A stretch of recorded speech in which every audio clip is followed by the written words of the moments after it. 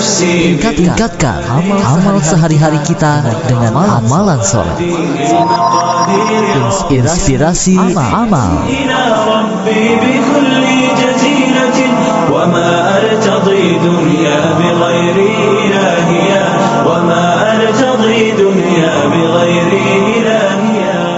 Assalamualaikum warahmatullahi wabarakatuh. Pendengar yang budiman di mana saja saat ini Anda berada, insya Allah di kesempatan kali ini saya Mu'adz akan menyampaikan ke ruang dengar Anda mengenai keutamaan mencari nafkah.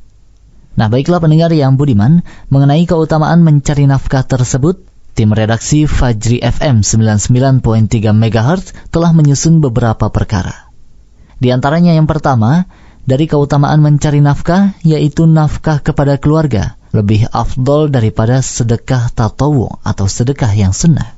Pendengar yang budiman, dalil mengenai hal ini sebagaimana hadis yang diriwayatkan oleh Imam Muslim dari Abu Hurairah radhiyallahu ta'ala anhu, Nabi sallallahu alaihi wasallam bersabda, "Dinarun anfaqtahu fi sabilillahi wa dinarun anfaqtahu fi raqabatin wa dinarun tasaddaqta bihi ala miskinin wa dinarun anfaqtahu ala ahlika a'zamuha ajron alladhi anfaqtahu ala ahlik."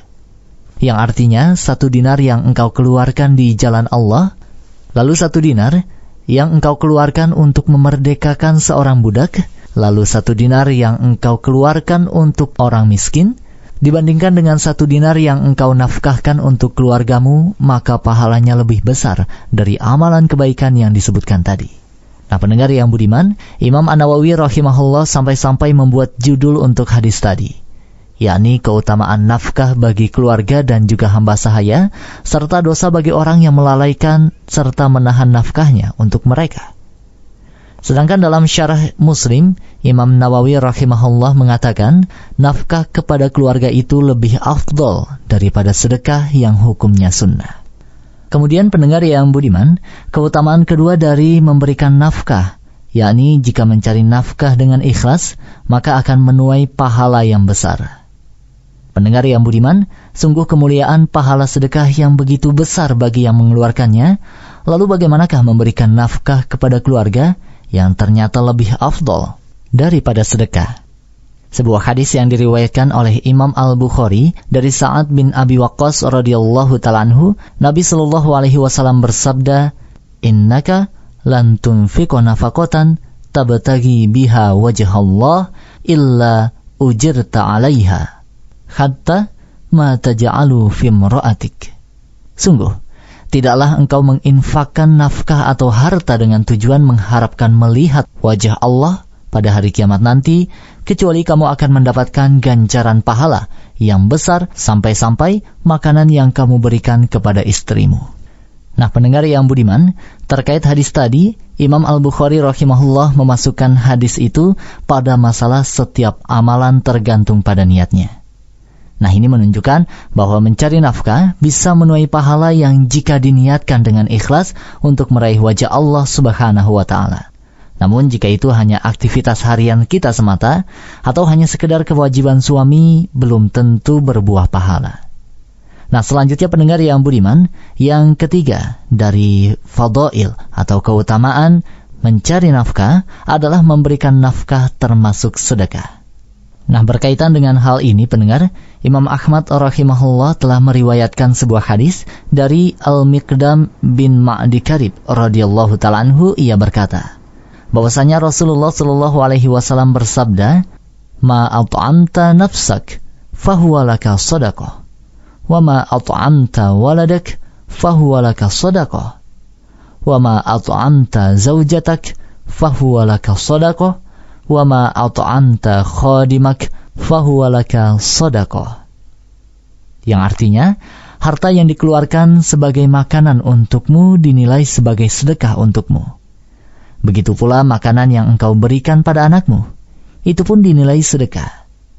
Begitu juga makanan yang engkau berikan pada istrimu, itu pun bernilai sedekah untukmu. Juga makanan yang engkau berikan pada pembantumu, itu juga termasuk sedekah. Nah, kemudian pendengar yang budiman, kita berlanjut pada keutamaan yang keempat, yaitu harta yang dinafkahi semakin berkah dan akan diberi ganti. Pendengar, sebagaimana sedekah, maka memberi nafkah kepada keluarga pun akan mendapatkan ganti sebagaimana sedekah pula. Nah, hal ini adalah sebagaimana yang diriwayatkan oleh Abu Hurairah radhiyallahu ta'ala anhu dari Nabi sallallahu alaihi wasallam. Beliau bersabda, "Ma min yaumin yusbihul ibadu fihi illa malakani yanzilani fayaqulu ahaduhuma Allahumma a'ti munfiqan khalafan wa yaqulul akhir Allahumma a'ti mumsikan talafan." Tidaklah para hamba berpagi hari di dalamnya, melainkan ada dua malaikat yang turun. Salah satunya berkata, "Ya Allah, berilah ganti kepada orang yang senang berinfak." Yang lainnya pun mengatakan, "Ya Allah, berilah kebangkrutan kepada orang yang pelit." Hadis riwayat Al-Bukhari dan juga Imam Muslim.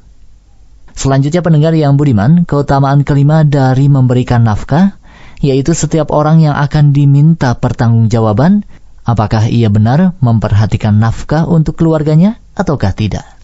Hal ini sebagaimana hadis yang diriwayatkan oleh Anas bin Malik radhiyallahu ta'ala anhu, Rasulullah sallallahu alaihi wasallam bersabda, "Innallaha sa'ilun kulla ra'in amma stara'ahu." Allah Azza wa Jalla akan bertanya pada setiap pemimpin atas apa yang dipimpinnya. Hadis riwayat At-Tirmidzi. Sedangkan pendengar, dalam riwayat Ibnu Hibban disebutkan, Allah akan bertanya pada setiap pemimpin atas apa yang ia pimpin, apakah ia memperhatikan ataukah melalaikannya. Kemudian yang keenam pendengar, memperhatikan nafkah keluarga akan mendapatkan penghalang dari siksa neraka, yang dimana Aisyah radhiyallahu ta'ala anha telah berkata, "Dakhalati imra'atun ma'aha ibnatan laha tas'alu falam tajid 'indi syai'an ghayra tamratin fa'ataituha iyyaha faqasamatha baina ibnatayha wa lam ta'kul minha thumma qamat fa kharajat fadakhala an-nabiy sallallahu alaihi wasallam alaina fa akhbartuhu faqala." Ada seorang ibu bersama dua putrinya menemuiku meminta makanan. Akan tetapi ia tidak mendapatkan sedikit makanan pun yang ada padaku kecuali sebutir kurma. Maka aku pun memberikan kurma tersebut kepadanya, lalu ia membagi sebutir kurma tersebut untuk kedua putrinya. Dan ia tidak makan kurma itu sedikit pun. Setelah itu, ibu itu berdiri dan pergi keluar. Lalu masuklah Nabi sallallahu alaihi wasallam, maka aku pun mengabarkannya tentang hal ini. Lantas beliau bersabda, "Man ibtuliya min hadhil banati bi syai'in fa ahsana ilaihinna kunna lahu sitron minan nar." Barang siapa yang diuji dengan sesuatu dari anak-anak perempuan, lalu ia berbuat baik kepada mereka, maka mereka akan menjadi penghalang baginya dari api neraka. Hadis riwayat Al-Bukhari dan Muslim.